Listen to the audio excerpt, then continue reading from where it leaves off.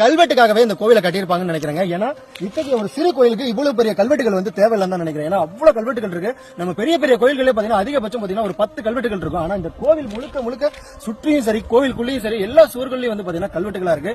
அப்படி சிறப்பு தன்மையான அந்த கல்வெட்டுகள் இருந்தும் கூட அந்த கோவிலுடைய நிலை என்னன்னு நீங்களே பாருங்க. கிட்டத்தட்ட முழுசாவே அழிஞ்சிருச்சு சொல்லலாம். மரம் பாருங்க, கிட்டத்தட்ட கருவறையில இருந்து மேல முளைச்சு வந்திருக்கு. இந்த அளவுக்கு இந்த ஊர் மக்கள் அதுக்கும் ஒரு புராதன சாலையிலே வந்து பாத்தீங்கன்னா இந்த கோவிலானது இருக்கு. அப்படி இருந்துமே இந்த கோவிலை வந்து கைவிட்டுட்டாங்கன்னு தான் சொல்லலாம். இவ்வளவு கல்வெட்டுகள் இருக்கிற கோவிலை வந்து கண்டிப்பா வந்து இது அறநிலையத்துறை கட்டுப்பாட்டுல இருக்கலாம். அப்படின்னா அந்த ஊர் மக்களாவது கண்டிப்பா இந்த கோவிலை வந்து பாதுகாத்து வைக்கணும்.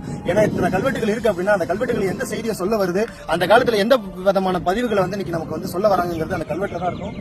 கிட்டத்தட்ட படிவங்கள்லாம் எடுத்ததுக்கான அடையாளங்கள் இருக்கு. அப்படி சிவகங்கை மாவட்டம் சுத்தி கல்வெட்டு படிக்கிற நண்பர்கள் இருந்தா கண்டிப்பா இங்க வந்து படிங்க. இது வந்து சிவகங்கை மாவட்டம் சோழபுரம்ங்கிற ஊர்ல தான் இந்த கோவிலானது இருக்கு. முழுக்க முழுக்க அழிஞ்சிருச்சுன்னு சொல்லாங்க. ஒரு சிறு கோவிலா இருந்தா கூட அவ்வளவு அழகா இருக்கு. ஒரு வாய்க்கால் ஓரத்துல இருக்கிறதுனால அதோட கற்கள் முழுக்க வந்து பாத்தீங்கன்னா